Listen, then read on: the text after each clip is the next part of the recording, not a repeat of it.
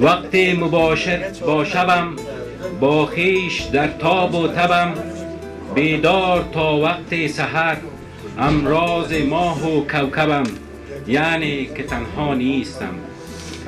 وقتی مباشر با شبم، مشغول یارب یاربم، با چشم باز اختران، هم ساغر و هم مشربم، یعنی که تنها نیستم.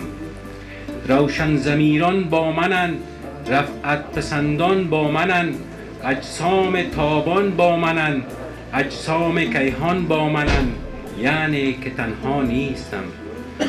اندیشه خلاق من است، پندار آفاق من است، همواره مشغولم به خویش، خودیاری عشاق من است، یعنی که تنها نیستم.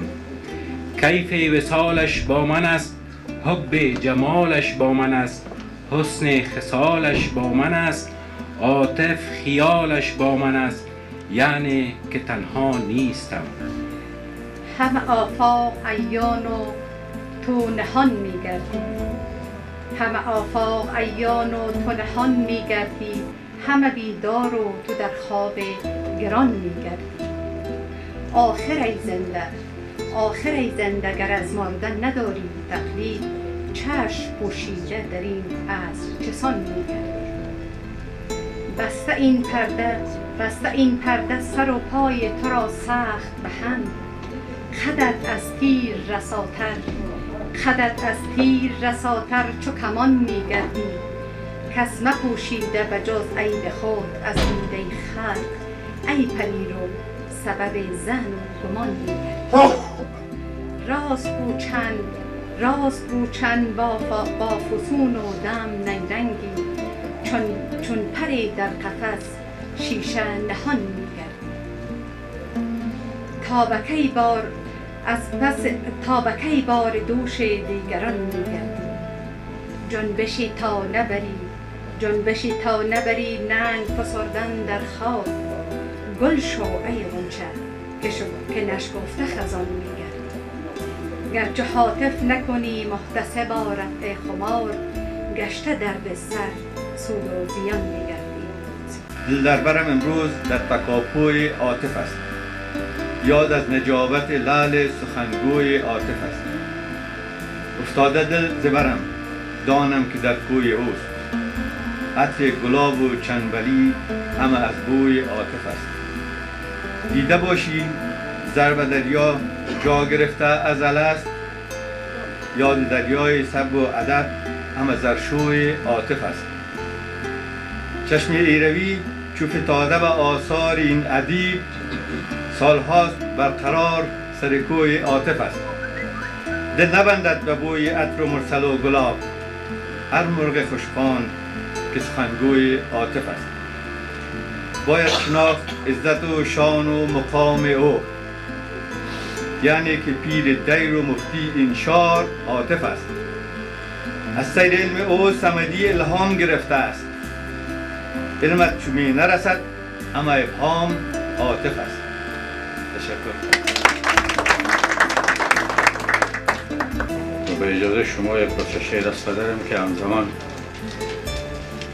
با مرحوم عاطف کابلی، جای قاضی زاده و دیگران را که استاد درینگر از آنها اسم بردن، اکثریتشان با قدر من یک جا بودن. به اجازه شما. کابل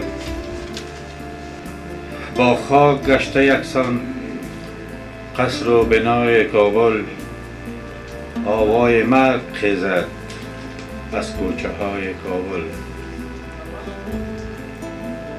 کابل ز پا فتاده، کابل ز دست رفته، ای آسمان چی گیر دست از جفای کابل. بر نیان غربت آسوده کی توان خفت، بر نیان غربت آسوده کی توان خفت. ای کاش خفته بودیم بر بوریای کابل. سعی شکسته بندان پرواز نارسایی است، از چند جا شکسته بال همای کابل. باد سباز خاکم دامن کشان گذر کن، مشت غبار من هم دارد هوای کابل. آشوب موج بر گل بنشسته زورق ما، تا چند خواب غفلت ای ناخدای کابل.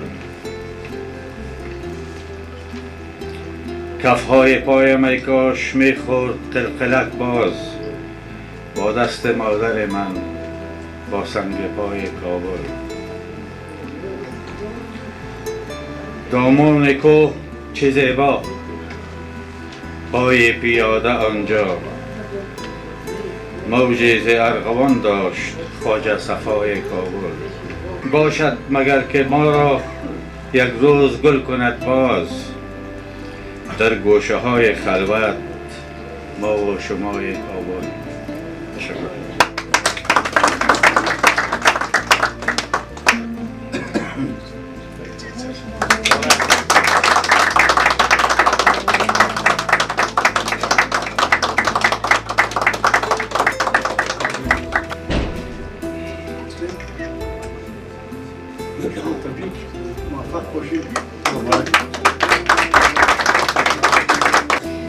جای داره که من خودم شخصا به نمایندگی از کمیته نهاد فرهنگی نهاد خدمتگزاران کابل، هر یک عزیزانی که به گونه‌ای در ترتیب و تنظیم این برنامه با من کمک همکاری نموده اظهار تشکری و امتنان نمایم. خاصتا از جناب محمد عمر عاطف، جناب بشیر احمد بیژن، جناب اسلم یاسر، جناب داور صمدی، عطایی صاحب و جناب عدا صاحب که با کمک پولیشان توانستیم محفل را به گونه‌ای نسبتاً بهتر به راه بیندازیم. با امید برای اندازی همچون محافل ادبی و فرهنگی